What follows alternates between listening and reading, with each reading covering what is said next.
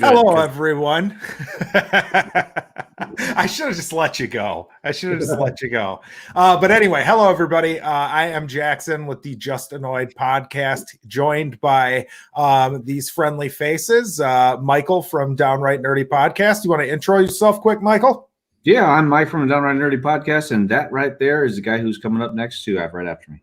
All right, and Andy, ComicManAndy from Pinky's Out. Hey, I'm ComicManAndy, Pinky's Out, where you can find us on all your favorite podcasting apps, and you can check out my own channel, and don't forget to check out everybody else's channel links down below. Yes, and I am Jackson from Just Annoyed, and you are here, so you know where to find me on YouTube. But make sure you search the podcasting platforms. We're on just about every single one, so look there. But yes, tonight we are talking about chapters 8 through 11 of From Hell. That's the one? Yeah, we're talking about that. How many Sandman books fit in that? Probably like 7. I don't know. But yeah, anyway, another section of From Hell from Alan Moore, the Jack the Ripper biography or historical fiction, I guess you would call it. But yeah, I guess what did you think of this section, Mike? I liked it. I thought it picked up a lot. I guess from a standpoint of the story, it started to become a little bit faster. Granted, this was a very thick few chapters to get through, but I mean, I feel like there was a lot more going on than the first, I guess, 7 chapters. I'm gonna turn this thing off. Hold on. Yeah, he's in the midst of his murder spree now. I mean, he is fully entrenched in killing everyone. Andy, what'd you think? So much drinking and whoring and killing and good night. Just I think the story sped up a little bit. I think Mike's right. The pacing was definitely different, and I feel like they're delivering a similar art style, but I think they're trying to be messy on purpose in some chunks of the book where it's like, oh wait, okay, I feel like they're delivering that on purpose. And there's some for good God, is there a lot of very awkward situations in these 4 chapters. I mean, hey, if you forgot about chamber pots, you won't forget about them after this. Yes. What now awkward situations, Andy? Come on, expound on. Do you really want to jump that far? Oh man, come on. I mean, are we waiting? Let's wait. If they're later, we'll wait for some of those, but chapter 8 opens up like literally like you're talking chamber pot scene in the bedroom. And then it's like, well, that was kind of the norm back then. It's just so not the norm now. Go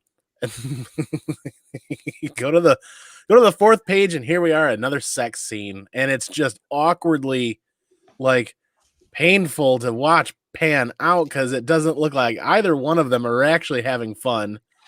So no, the sex in this is very gross. At all times. There is not a sexy page. No. There's not a sexy depiction of sex in this entire thing, I would say. And you want to know what the crazy thing is? The sex scenes are where they actually do a really good job on a painfully good job with anatomy and with human art. Yeah. Yes. I was about to just show something, but I just realized I can't show this on YouTube. And yeah, no, they do a really good job there. And when you start seeing some of a few of the organs in this, you can kind of pick out too. So yeah, they know when to get the detail going on the artwork. But yeah. Yes, this one is interesting. So there's a few different key things that happen. I feel like there's a key bit to the story pretty much introduced in each chapter.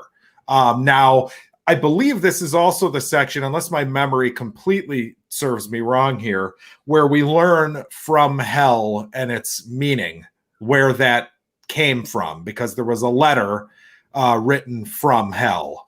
Right, correct? That was in one of these chapters, right? Well, it was not in this chapter, but it was in one of these chapters. Yeah. Yes. Oh, no, it is in this chapter. I'm sorry. 10 to 9, somewhere in 10, maybe. Yeah. So Yep, there's a letter written to the police, and I can't remember exactly who wrote it, but somebody wrote the letter from hell to the police, and it's another, I believe, bullshit letter.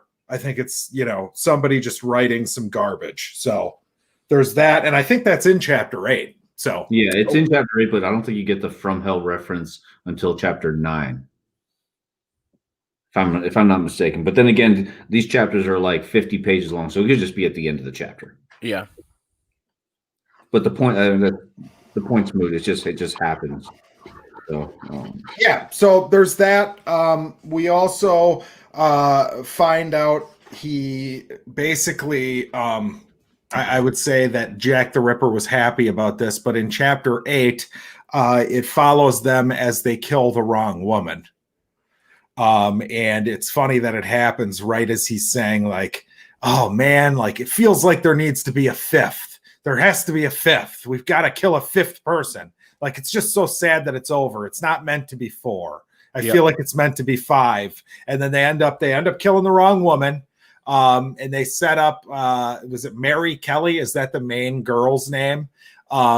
As like the next victim, right? And she's trying to pay off these people who she thinks are committing the murders, basically thinking it's like a debt killing that's happening here, they're getting which is kind of true. They're getting shit because they attempted to blackmail, right?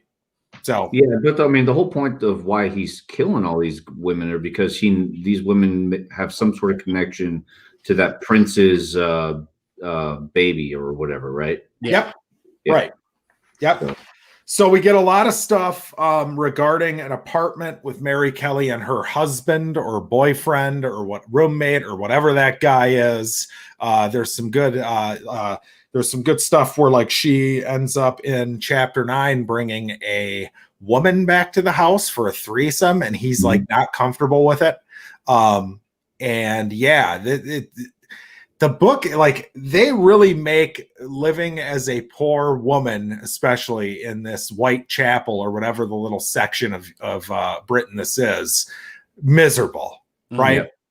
I mean, this is a disgusting book to read. It's very disturbingly. Well, I mean, it's literally like being poor and being a woman in that time period was literally hell, and that's probably where the initial from hell kind of came from, right? It's the scene that we're reading and living in. Well, I mean, chapter 8 delivers exceptional amounts of awkwardness because you roll into, before that next murder, you roll into his coach driver cry masturbating and drinking from a liquor bottle in a chair in the corner. I'm like, good Lord. It's depicted in 2 pages.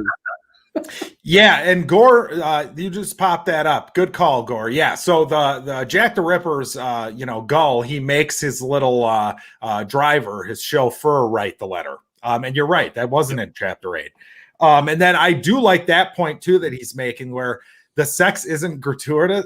No, it's very realistic, and that's true, because you think about like sex in real life, it's not always this hot, amazing, like if you see it, it's fucking gross. We're conditioned in this day and age, right? For our expectations are conditioned, and this is very human, this book. Ew. Yeah. Isn't that sad? Ew. Yes. But yeah, so that goes, so basically that when they kill the wrong person, it goes into chapter 9 where Gull Netley finds out, or runs to tell Gull at the end, saying, hey, we killed the wrong person. Yeah. And Gull's just so upset that he has to kill again. He's just so depressed by it. He just hates it. He hates it. It's not fun for him at all. But yeah, no, that was a joke. Yeah. No, he revels in this. This is what he lives for. This is what he lives for. And you do get in this section. Sorry, go ahead. So, no, go ahead, Mike. I was just saying that also in the beginning of chapter 9, you see the way that they do, like, I guess, trials / autopsies, right? Like in front of like an entire group of I guess, who are they? They're essentially they're testifying, right? They're like jurors. They're like Yeah, witnesses. like jurors, but I mean, like they have like the body's like right there, like in front of everybody, right? They're so like it's almost like they're doing it in front of everybody because I guess it's become so.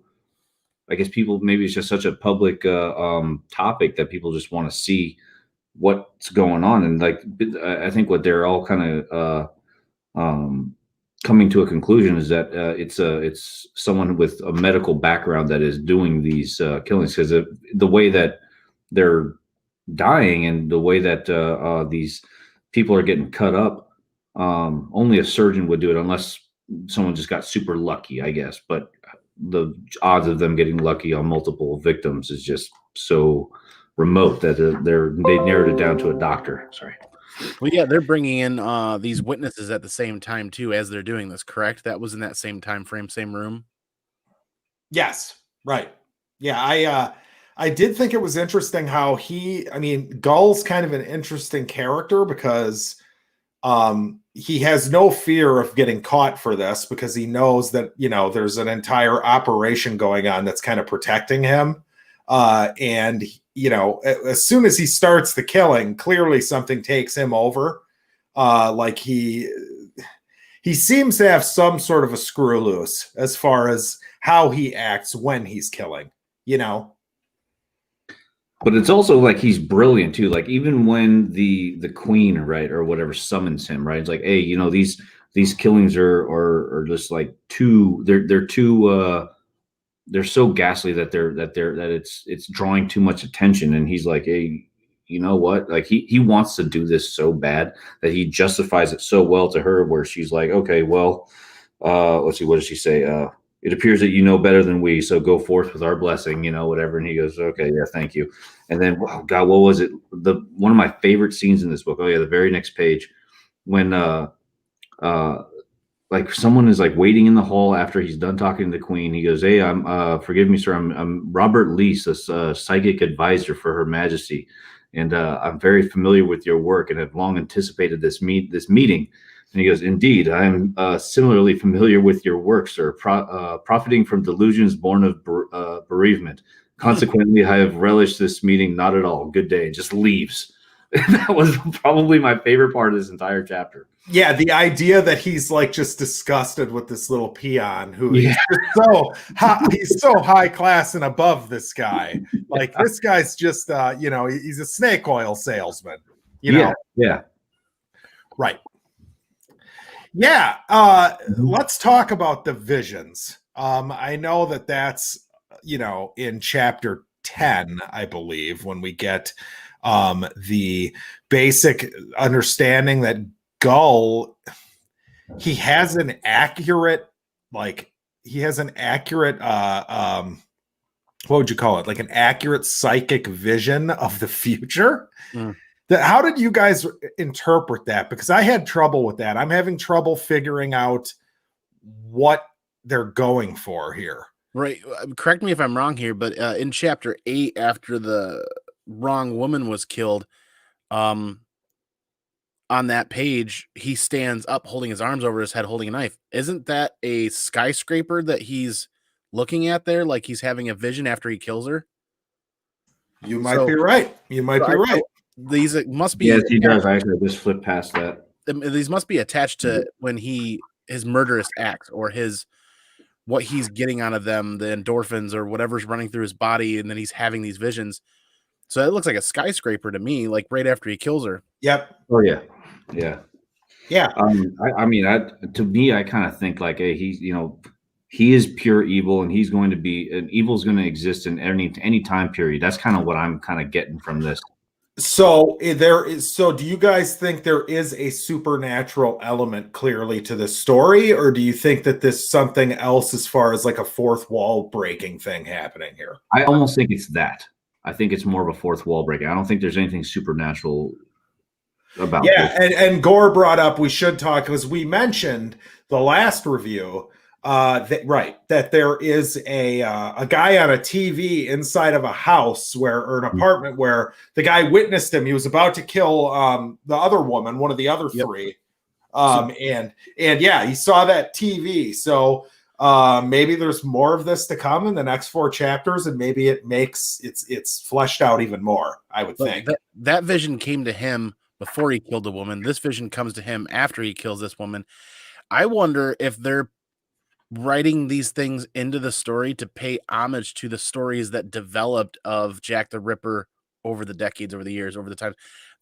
All of the people, how we know Jack the Ripper are the stories that people wrote and told over all of these years. And like you guys said, like we talked about in earlier portions of the read, people were fanatical about them, saying he was what did we call it, witch doctor and all this other stuff, and trying to peg who this killer was.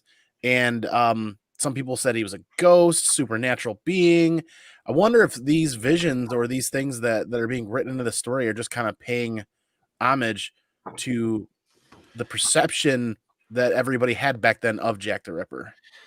That's an interesting idea. And I just flipped open to, I mean, the biggest example we have so far of this is chapter 10. It starts with like 10 to 15 pages, maybe even like 25 pages of Jack killing maybe Mary Kelly. I don't think it's Mary Kelly, but he's cutting her up and he's having all sorts of visions. Like there's one where there's like an Egyptian hieroglyph in here. There's an office in here. There's one where he's almost at like kind of the same type of setting we were discussing earlier, where there's an autopsy happening and there's like a viewing group of people. And the whole time he's just kind of muttering nonsense to himself as he's killing her. He's basically narrating the surgical choices that he's making with this person's body. And the biggest one is he ends up like in an office or something. There's office with cell phones, and like he's looking at these women who are pretty much like not showing. They're wearing like all these scantily clothes, right? This one right here. If you look, it's chapter 10, page 20. So he's like, oh, jeez. And he's very disturbed. He's disturbed, but like disgusted of what he sees, you know? Yeah, because that's what you should be disgusted about, dude. Right? Like he's doing all this stuff, but he's more disgusted at the future of humanity. Right. It's right. I'm torn because I like the idea and the aspect of these killings are giving him something that he transcends like his own mind and body and lives in this world in his head, and he's transported to different places when he's just hacking up who might be Mary Kelly, probably not, we'll see. But this is very, very, I don't know, I'm not a professional, but this is a scary depiction of what's happening in a killer's mind. I feel like they're not there. They're so disassociated and disconnected with what they're doing, except for the raw emotion and raw energy and feeling they get from it, the high the high that he's getting from it, that he's imagining himself being in other places. And then then I'm also in love with the idea of they're paying homage to the stories that other people have made of him out to be something other than I mean, Gore just said that you're onto something, right? So I mean, I may be way off in my theory. I mean, because he's seeing the visions of the future, right? And he's disgusted of what happens. But in this, he thinks that he's doing his victims a favor by letting them loose, you know, by cutting them away from this world earlier than need be. Yeah, and he really does have an inflated sense of self here. Like I'm just kind of looking at when he gets back in the horse and carriage with Netley, and he talks about how, you know, hey, it's only beginning, Netley, only just beginning. For better or worse, the 20th century, I have delivered it. Like, oof. You know, he's delivered the 20th century. He's a fucking nutbag. Yeah. Guy. Yeah. I mean, I guess he's a nutbag, but let me ask you this: when you see him get back on his horse and carriage, it looks like there's one drunk hiding behind or like passed out behind an obelisk of some sort. Is he like the only witness now to Jack the Ripper? I guess some drunk. There's been a couple witnesses throughout, right? Because there was the guy who saw him when he saw the TV. Mhm. There's Yep. the drunk guy by the obelisk. There might have been one or two There more. was- We saw Netley, right? when he Yep. when he murdered the wrong girl and took her in the alleyway and wrote that message in the alleyway. Shortly before that, a man who was passing them and eyeing them as they were heading into the alley. Yeah, that's right. Yeah, and that was an interesting part too. He writes that message about the Jews, right? Yeah, and I was if you look in the back of the appendices, I guess like in Freemasonry, that's how they spelt that. I guess it's Yep. it was I can't remember what the meaning was off the top of my head, but Yeah, this is fascinating, this story, because I feel, again, it's annoying because it's like this is very Sandmanish again, where I feel like I'm going to have to read this again at some point. Yeah. Yeah. I feel like it's actually. I mean, as much as I think that Neil Gaiman is a genius in his own right, I think that this could be on par, if not more genius than Neil Gaiman to some degree. It is. I need to see what's happening with these future vision, though. Yeah, no, Gore, I agree with this. They're witness. Yeah, as witnesses, they saw it, but you're right. Yeah. They don't mean anything. Yeah, There's exactly. nothing that they could say. Yeah, crazy horror, or whatever. but I'm very intrigued by this because it's a weird type of storytelling, right? Because it's historical fiction. There's no way that this guy actually had visions like this that were so accurate, unless there's supernatural shit going on. And clearly, I can't imagine that's the case. But something is odd. Yeah, Andy's onto something, but he won't reveal what it is. So Gore's obviously one step ahead of us. So we'll find out, I guess, in these next few chapters. Should we rename the show "Gore Makes Us Look Like Dumbasses" on a weekly basis? I feel like we're Gore because he's more right about everything than we are. Well, the reason why I really got onto that thought process, and I'm more and more falling into the line of that thought process, is this chapter 10 where he's brutalizing this woman's body. It's very methodical. And you know what else is very methodical? He places her heart, her liver. He takes organs in place. Like he took her liver and put it underneath her feet, I think it was. I think he took her heart and threw it in the fire, if I remember. I'm probably mixing this up a little bit.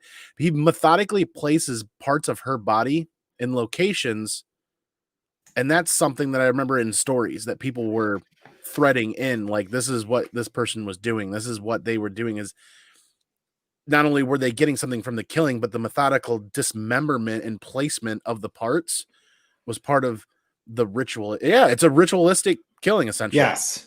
Yeah, good call. Yeah, no, and yeah, I think that's totally, yeah, you're probably like dead on, Andy, or close to dead on. But and Gore, again, this comment about the 20th century being the bloodiest century in recorded history, and maybe the fact that that's what he means when he says he birthed the 20th century or whatever, but also like there's the whole angle of the media and the infatuation of the public with this sort of stuff. And I don't know much history before in the 1800s, but I've got to imagine that this was one of the first like tabloid carrying murder sprees, or at least it's the oldest one I can think of, like that I know today. Like everybody has heard of Jack the Ripper, and it's like I know my wife every night when we go to bed, she's watching like Investigation Discovery about some crazy fucking murdering woman who snapped and killed her family or whatever. And yeah, kind of gave birth to that too. So thanks, William. Appreciate that. But yeah, it's fascinating. I did not dig into the appendix simply because I didn't have the time. Were you reading the appendix along with this time, Mike, or no? Yeah, I've been doing it throughout the entire book so far, and it is a chore, but it is interesting. How did the appendix handle that whole him seeing the future shit? Is it just not brought up because it's not historically coming from a real story? Yeah, yeah, I couldn't tell you offhand, man. I got to think that it's not even like broached. Tell you what, pause. I'll get back to you. Gore says the index is important. I wish I would have looked at it then. Yeah, no, it is. Every time I've opened it, I have gotten more out of it, because as you're like literally a huge portion of the crap in here comes from some sort of research that he did while writing this. And all of it's kind of laid out in a very clean fashion, easier to understand than reading the actual book itself, because, excuse me, it's just so bizarre. It really is bizarre storytelling. I still highly recommend reading the book in hand. I'm reading digitally, and digitally does not do it. Killing you? Yeah. Yeah. Reading it digitally is kind of killing me. I imagine the artwork is substantially more appealing to the eye in person, because just the black and white and the harshness of the lines doesn't do well digitally at all. No. And there's parts of this where you have to stare at some of these panels to try and figure out what the hell it is, right? Mm-hmm. Yep, 100%. But yeah. Yeah, it's weird, man. And it's weird to have a story where, like, literally, I guess if you had to say who a protagonist is, you'd say that it's Gull or it's the cop. Like, those are your two main characters. But there's no standard like protagonist here. You know what I mean? It's very like scattershot as far as different chapters going into different things. I mean, we spend most of chapter 11 following this teacher who they are planning on pinning the murders on. And I'll be interested to see what happens with that, how that works out, because I mean, nowadays we nobody thinks that's Jack the Ripper, right? So whatever they plan on doing, it either works for a short period of time and people forget about it, or just nobody believed it. Yep. That poor guy, by the way. Don't kiss your cricket, kids, apparently. But go ahead. My advice from here is focusing on Marie Kelly's character whenever she appears on it. Yeah. Whenever she appears, note it. Yeah, no, that's another thing we should talk about. So they set it up as Jack the Ripper thinks he's killing Mary Kelly. We kind of think that for a second. But there's a lot going on that makes you think, okay, maybe that's not the case. Because first of all, the cop goes in there and she's been pretending to be a woman named Emma, who has been showing interest in the police officer. And he's like all excited for a date he has with her that night. He goes into the house, sees the body. My first thought was like, oh shit, he's going to realize that's her. But then I thought to myself, well, wait a minute. She's so mangled that he wouldn't even be able to recognize her. So never mind. Maybe it is her. But then you find out she left a note for him that day saying she was skipping town. And along with that, there are multiple witnesses who claim to have spoken to her after the murder supposedly took place. So that's not her, right? I mean, I think so. Yeah. I mean, I can't remember now, but it sounds right. Yeah. I don't think it's her. I'm a little confused as well on that, but yeah. Because, there's every bit of the cop doesn't know that Mary Kelly is Emma. So that's an interesting thing that's happening. And meanwhile, Emma, if he knew Mary Kelly was Emma, then he would know damn right that Mary Kelly wasn't the one killed, but he still doesn't believe that. Cop believes Mary Kelly is dead. And two witnesses come and tell him that, and he says, no, that doesn't make any sense. And he's frustrated at this point because he does not, He does not feel good about the fact that this case is just miserable and he can't solve it. He's getting nowhere at this point, right? He's gotten nowhere with this. Mm-hmm. Which is interesting too, because you're reading a book, that he doesn't get caught, right? So that's another weird thing to read that's strange about this, is that you're reading a story that ends in failure, right? Yeah, Gore saying, note how Campbell drew her when she meets with the police officer, Aberline. I don't God, I'm trying to. Which character are we talking about? Are we talking about Mary Kelly or? I'm assuming it's Mary Kelly. Yeah. Yeah, when she meets with the police officer in the bar. Gore, is that what you're talking about, or when? Yeah, I'm not sure what he's referencing. Hey, what is the deal? What's the deal with the story with the woman and her husband who leave town and then come back with a tip? What was that about? I'm gonna have to defer to you guys. I can't remember. We're all failures here. We're all failures right now, man. Yeah, because and I believe that woman's name is Emma, who is out of town and basically has a tip, I believe, on who the Ripper is, and maybe Gore can save us again here.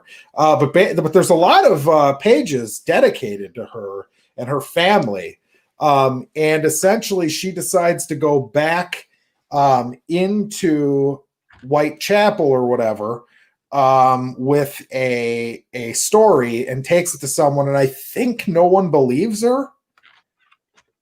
Or maybe she's the one who gets killed on accident by Jack the Ripper because he kills the wrong woman. Yeah. But someone leaves the police station. Right. Someone leaves the police station.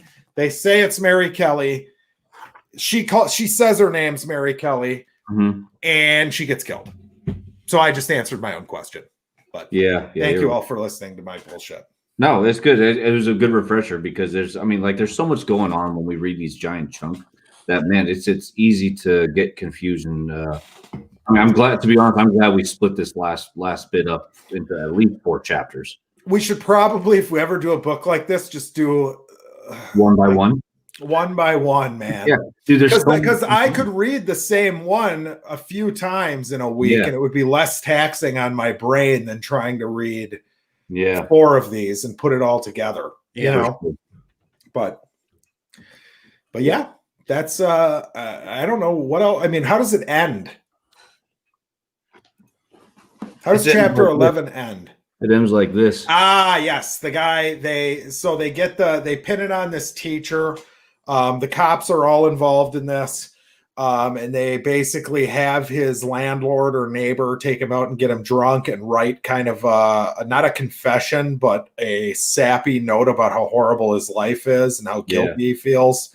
And then they kill him. So tune in next time on the next wonderful episode on From Hell. This is depressing. Yeah, it's really depressing.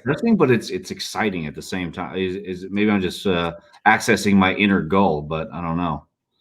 I mean, there is some like let's not pretend that there isn't something morbidly fascinating and curious about these types of people, right? Oh, absolutely. Yeah. I mean, there is just something about it where it's like it's all he did become a mythical figure. Right? It's like it's not even he's transcended being a person as far as the popular like vernacular is of this. You're reading it and it's like it's really fucked up because like something, even if this is off the mark as far as historical accuracy is concerned, the actual factual shit of what happened to these women is real, right? Mm-hmm. Yeah.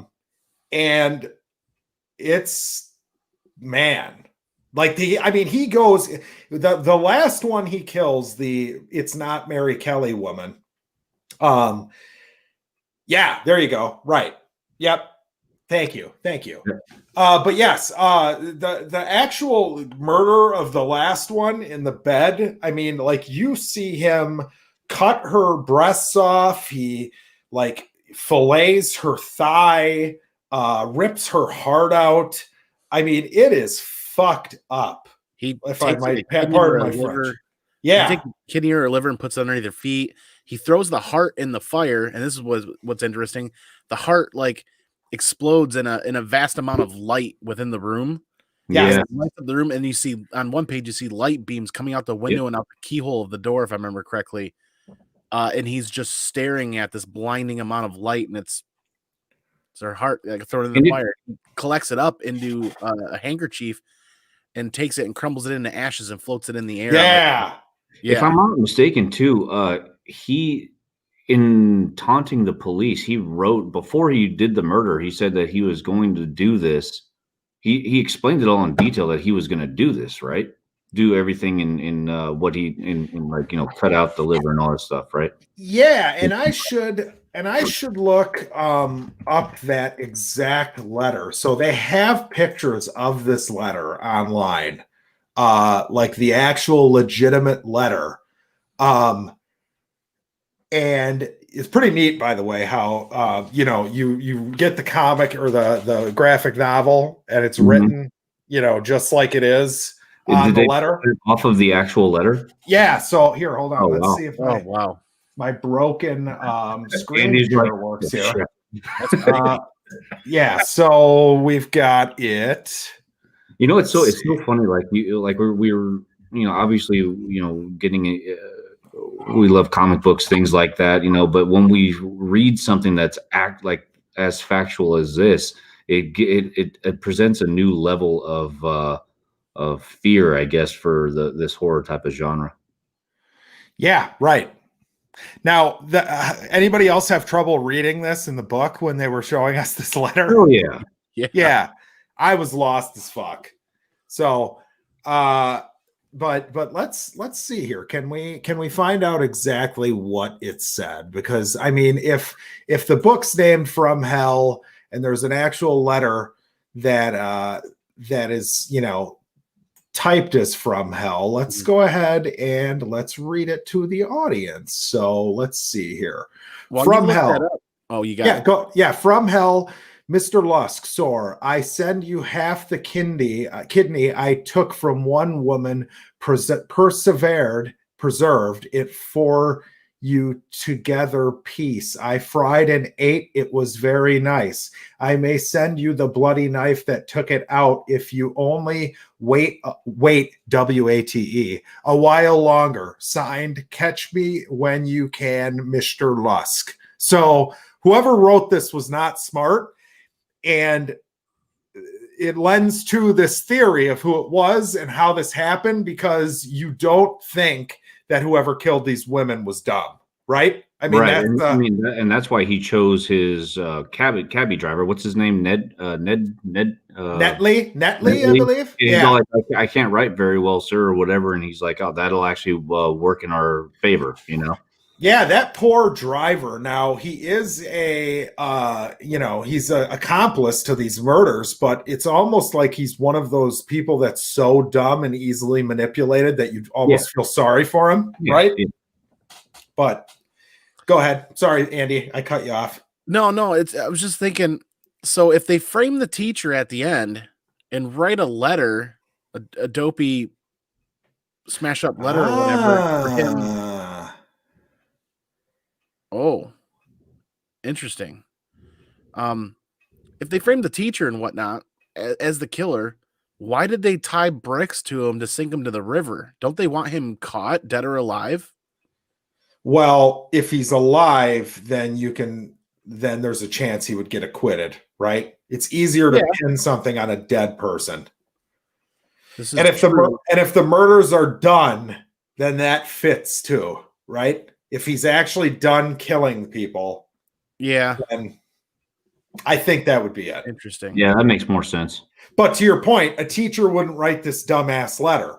Yeah. So yeah, I mean. Yeah, I guess. Yeah. Wow. This has just got like, it's hard to figure out. It's very challenging. It's not only is it hard to figure out and challenging, but even reading it, the way it's written on purpose and a lot of the vernacular is really kind of difficult to swallow at times and get through. But those last 4 chapters were like really real. Yeah. Like terrifyingly real. Yes. Yeah. If they would have made this the movie, that wouldn't have gone to theaters. No, it would have went straight to Shudder. Yeah, but hey, bring it. When are we getting a From Hell miniseries, man? That's what I want. Hell yeah. You know, as somebody like you, Jackson, who loves these slasher films and like these killer things, would you be more interested in something like this than your typical slasher stuff? Yeah, sure. I mean, I like all kinds of horror. Now, most horror isn't based on something real, right? This almost reminds me of like if Seven was a true story. You know what I mean? Yeah, Like it actually more reminds me of or Silence of the Hannibal, Lamb. Hannibal Lecter. Yeah, Yeah. because he's more of a guy that collects body parts. He's a doctor, right? I wouldn't be surprised if a lot of what Hannibal Lecter was derived from the victims of Jack the Ripper. Who knows? Sure. Well, that's another thing too. Like if you're adapting this material, can you make it not horror? Like is Silence of the Lambs horror? No, I think that's more psychological thriller, to be honest with you. That's me personally, because I mean, one of the main characters is Hannibal Lecter. I mean, granted, in that Silence of the Lamb movie, he's more of a helper to the protagonist, but in the following series in the prequel, he's the main focus and the main antagonist. So you're seeing him in the psychological aspect of what goes on in his head. Am I just talking out of my ass right now? Probably. Yeah, no, I think you could make the argument that Silence of the Lambs is horror. I think you could say it's not. I think that you could argue it would be harder to argue that this isn't horror because this is just fucking terrifyingly disgusting and disturbing, right? Well, from here, definitely horror. Right. Could you tell this story without that stuff though? And maybe we'll find out when we do a special episode watching the movie From Hell after maybe. this. But I mean, when you talk about someone like Jack the Ripper, who's a serial killer who rips his victims, how do you not include that? Right. It's literally in his name, the Ripper. Like if you don't show that on screen somehow, then there's clever ways of doing it. I guess, yeah. I mean, I'm no filmmaker, so I'm sure there's some ways. Yeah, you could take one character's point of view through the story who doesn't actually see the things happen, but kind of picks up on all the stuff that's going on in the town or whatever. But maybe from like a journalist's point of view. Sure. Yeah. Yeah, I mean, but it's frighteningly crazy that this man existed and did this. And he's probably not the most prolific one who's ever done it. But I don't know. I'd almost argue the opposite. I think Jack the Ripper is the most well-known serial killer in history. Now that doesn't mean prolific though, but that goes to my like other point of, is he the first like legendary serial killer? Ooh. Like, did he birth the 20th century in all these different ways that we never think about? Because he is the first serial killer. He not only that, but he brought out the media to cover him. Everybody's fascinated with him. And he didn't get caught. What's that? And he didn't get caught. And he didn't get caught. Yeah. I think that's the one where I think almost every future serial killer probably like looks up to him. Right. Yeah. They look, but just like in the movie we watched, The Mask of whatever. Behind the Mask, The Rise of Leslie Vernon. Yeah. Yeah. I mean, like it's something that they aspire to be, right? They want, and just like in Seven with Kevin Spacey's character, like you want someone to talk about him for ages and talk about in history books and whatnot. Yeah, he took it. Then Freddie, Michael, and Jason took it to another level. The next level, yeah. But yeah, no, that's a good point. Yeah, I guess depending on how you define he's the most well-known serial killer probably of all time. That's not what I was. Did he kill the most people?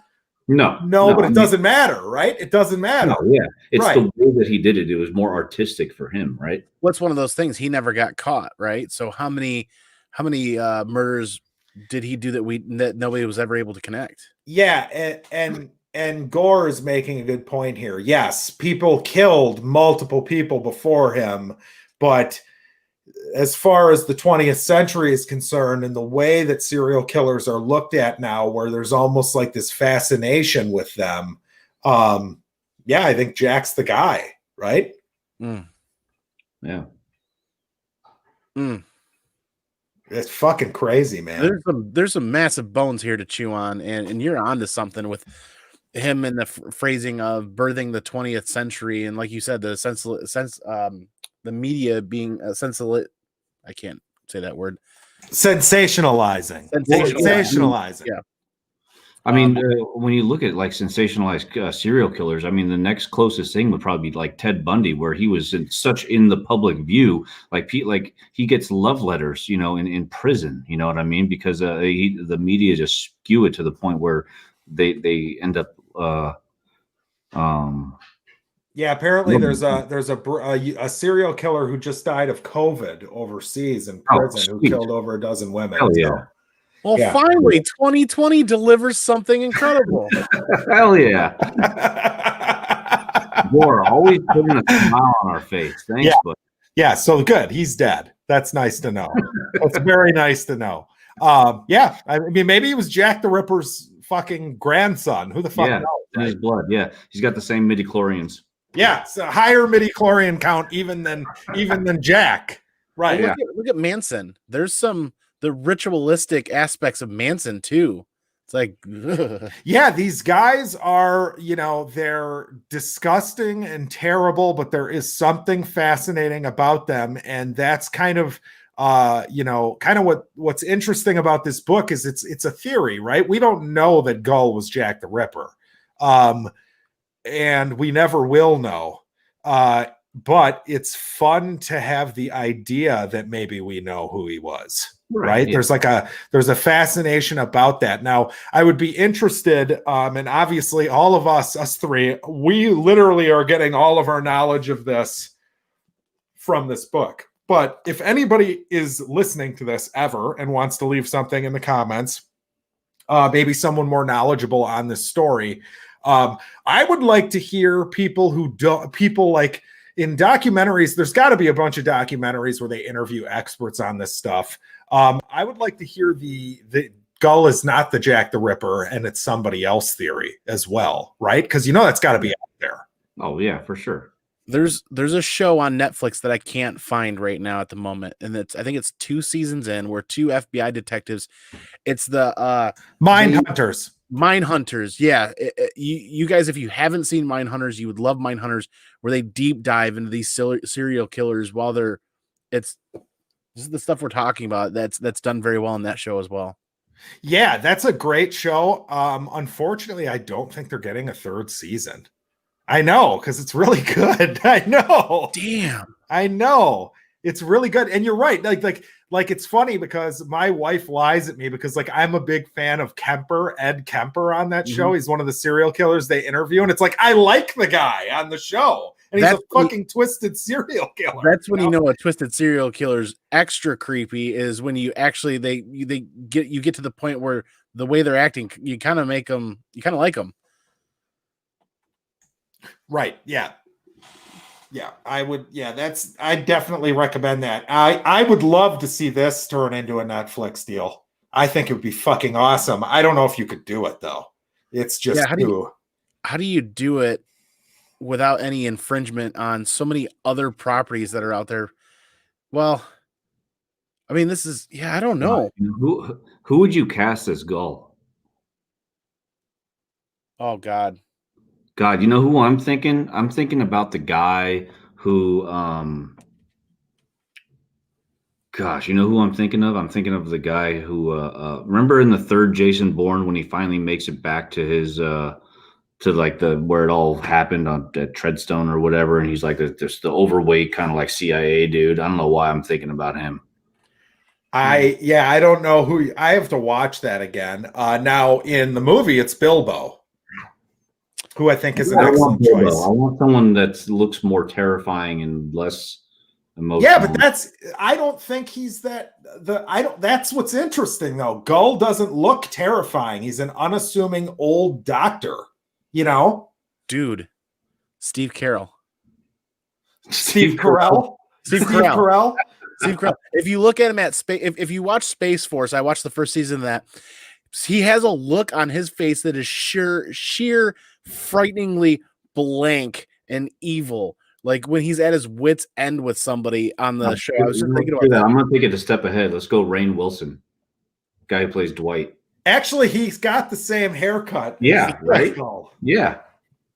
No, I like Bilbo, man. Although Bilbo's dead now, he can't come back for the show. I think he died actually. But yeah, no, I am planning on rewatching the movie, whether it's part of our other series or not. I will be watching it once we're done with this. I remember liking it, but I have a feeling it's going to turn sour after reading this. I got a good casting. You ready for this? Mads Mikkelsen. Okay. Ooh. Yeah, sure. Perfect. Yeah. Perfect. Yeah, he's great. He's fucking great. So, but yeah, apparently there was a show, a miniseries eyed for FX. I don't know if it ever came, but it's been in development hell, it looks like, for about 6 years. Oh shit! Hopefully it's not on FX. Right. Yeah. You couldn't do it on FX, but or even HBO Max or something like that. I don't know. One of those two where they have more. Put it on Shudder, man. They'll fucking Shudder. Yeah, let's get that platform up. They'll go nuts with it, man. No. They would go nuts. And they got 1 million subscribers now. They could get some eyes on it. But yes, that's all I've got really on From Hell. Go ahead. Any final thoughts? I like it. You're a sick bastard. You're just a sick son of a bitch who likes it. I am. Yeah, I don't care. I love it. It's still one of my favorites of all. It's becoming my favorite series of all time, and I'm going to reread it again. It's kind of interesting. It was written apparently over like 6 years. 10 years. I think 10. Yeah. Jesus, man. I think it took him like 6 years to like do the research and like 4 years to actually like start putting it out. Oh God. Or something like that. I can't remember. Can you imagine how disgusting and depressing doing the research for this would be too? Like, God. Man, oh man. Was probably not the same for his family as it was for ours. Yeah. Andy, what do you think? What do you think of From Hell thus far? What do you got? I'm terrified now, but because of that, I am eager to read on to see what, if any, sort of closure is going to be delivered at the end here, because we only have 4 chapters left, right?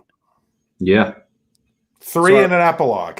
Are we going to do 2 and 2, or are we going to read it all and do one more show? It's up to you guys. I don't care. Let's do 2 and 2. Let's do 2 and 2. Fuck it. I like the 2 and 2. Okay. Yeah, we'll be able to say more, I think. Now, that being said, whose turn is it? Andy's turn. Nope. It's Andy's turn. So we don't need to read any From Hell next week if you do not want us to, Andy. It is all up to you. The hell you don't. You're not going to leave me hanging like this. We got to read the next 2 chapters of this, see what the hell happens. All right. We have to go on. We have to go on. We can't just leave this, because this is one of those books that if you take any sort of length of break, it's just going to make it harder to get back into. And we're going to find ourselves having to reread it. And if we're doing 2 chapters next time, we're going to be able to deep dive into the panels a lot more, because I think there's a lot more hidden in the panels than what we're catching. Because I think by reading as much as we have in the time spans that we're giving ourselves, I don't feel like we're catching everything. Yeah, no, that's a Thanksgiving. I don't feel like we're catching everything in the panels. I think there's some stuff hidden in there that we're glancing over. At least I'm glancing over. I don't know about you guys. No, I think you're right. And by the way, you should copyright In the Panels as the name of a podcast, because that's not bad. Hell yeah, good call. That's really not bad. Uh-oh. There it is. I can't take credit for that, though. Yeah. So let's hunker down then Thanksgiving Day, right after we've had our turkey, and we will read the next 2 chapters of From Hell. So gobble, gobble. Yeah, you can't have your family over for Thanksgiving, so why not enjoy a nice cozy book, From Hell, But all right, well, that's it. Let's say our goodbyes, starting with Michael. See you guys. Make sure you guys find us right back here on this guy's channel. So and then also make sure you sub to this guy right here, because he's always putting out awesome content weekly. So do that. Andy. Yeah, tune into Jackson's channel. Don't miss the next episode, because this is going to be terrifyingly good, the next 2 chapters. And don't forget to sub up Mike and the Downright Nerdy podcast, because I hear he's got a studio in the works. It looks like there's some construction going on back there. There's several holes construction wise going on in the new DNP household. Yeah, there's a lot going on here. Yeah, no, that's I'm excited to see what you get going on there. Now, this week I will be joining Andy's co-host Ken to review The Dark and the Wicked. And by the way, to you two, rent that fucking movie. It's awesome. The Dark and the Wicked. The Dark and the Wicked, and it is disturbing. And if you like From Hell, you'll enjoy it. It is fucking twisted. And it's new. All right, new movie, very good. Speaking of movies to recommend, Gore recommends French film Inside or Trouble Every Day. He recommends both of them, so check it out. Oh, and apparently we've got a really now Gore's giving us homework because we're morons. We'll be ready for the pop quiz next weekend, Gore. Speak for yourself. Reread the prologue. Actually, I will reread the prologue because I'm interested in the different form that it takes on to me now that I've read this far into the book. But yeah, that's it. This week, as I said, reviewing Dark and the Wicked with Ken. Going to have a Mandalorian episode. So I don't know if either of you guys watch that show, but if you want to hop on and talk some Mandalorian this week at some point, yeah, okay. So okay. I've been doing that every Friday. I've been doing a video every Friday on my own channel too. So look at this. See, look at this. So we've got Mandalorian fans. And what's the last thing? Oh yeah, Nightmare on Elm Street retrospective review series going right now with Paul from CBSI. So nice. If you guys are sick of Star Wars and you want to talk Star Trek with me, Star Trek Discovery is also coming out weekly. Star Wars. That's when we just get rid of him because we're Star Wars fans here on this show. So Mike can he can go away. You know, I mean, we don't need that trash on our channel here at Bored and Annoyed. You know, good call. No, I love Star Trek. What are you doing for Star Trek? I'm not doing anything. I'm just watching it. Well, let's do Star Trek shit. Hell yeah, let's do it. By the way, and Michael, my brother just started a rewatch of 24, and he's like, "Oh, really? I want to fucking watch it again." Dude, my parents started rewatching all 24 on the very last season. Oh my god, the last Kiefer Sutherland season, not the trash that came out afterwards. Oh yeah, with what's his name? The guy. God, what is he in? He's in something else recently. But no, 24. It's not Boyega, is it? No, it's not Boyega. It's the guy. He was Dr. Dre in that. That's right. Yeah, and that was a good movie actually. But yeah, no, I remember that being good. I need to do a rewatch of 24, and once you're settled, Mike, let's discuss some sort of a 24. I would love that, man. Yeah, that'd be great. Let's do it. And Andy, you can join us if you want. I mean, you're not really Jack Bauer material. Of course, there's a reason why we love Gore. He loves comic books, and he's a 24 fan. So obviously, I just finished rewatching The Sopranos, and actually just spent last week watched all 3 seasons of Westworld. Couldn't put that one down either. Never seen it. How's season 3, Andy? Because I fell off like 2 episodes into 3. Like, is that you want to shoot yourself in the head, or your mind is blown? It's a season 3 was amazing. See, I've heard it go both ways. So, I mean, the show in its entirety is like part Matrix, Ghost in the Shell, it's futuristic sci-fi, Blade Runner-ish. Take your favorite sci-fi movies. Take your favorite sci-fi anything, and it's in there. And westerns. The first season's a great western, man. So, yeah. All right. I've never seen it. Yeah, you're a western guy. Guess what, Andy? By the way, our movie next week is Planes, Trains, and Automobiles. Ooh. Michael's never seen it. Wait, what? There should be that's the same. there should be I have not seen this tax. Yes, I agree. Well, you'll be able to admit that tax on your returns after this week. There we go. Good. But all right. Well, everybody have a good Thanksgiving. If you guys want to, if you're sitting at home Thanksgiving night after having turkey and you want to hop on YouTube and just talk about bullshit, let me know, because I will be home for the holidays. So everybody have a good night, and we'll see you next week.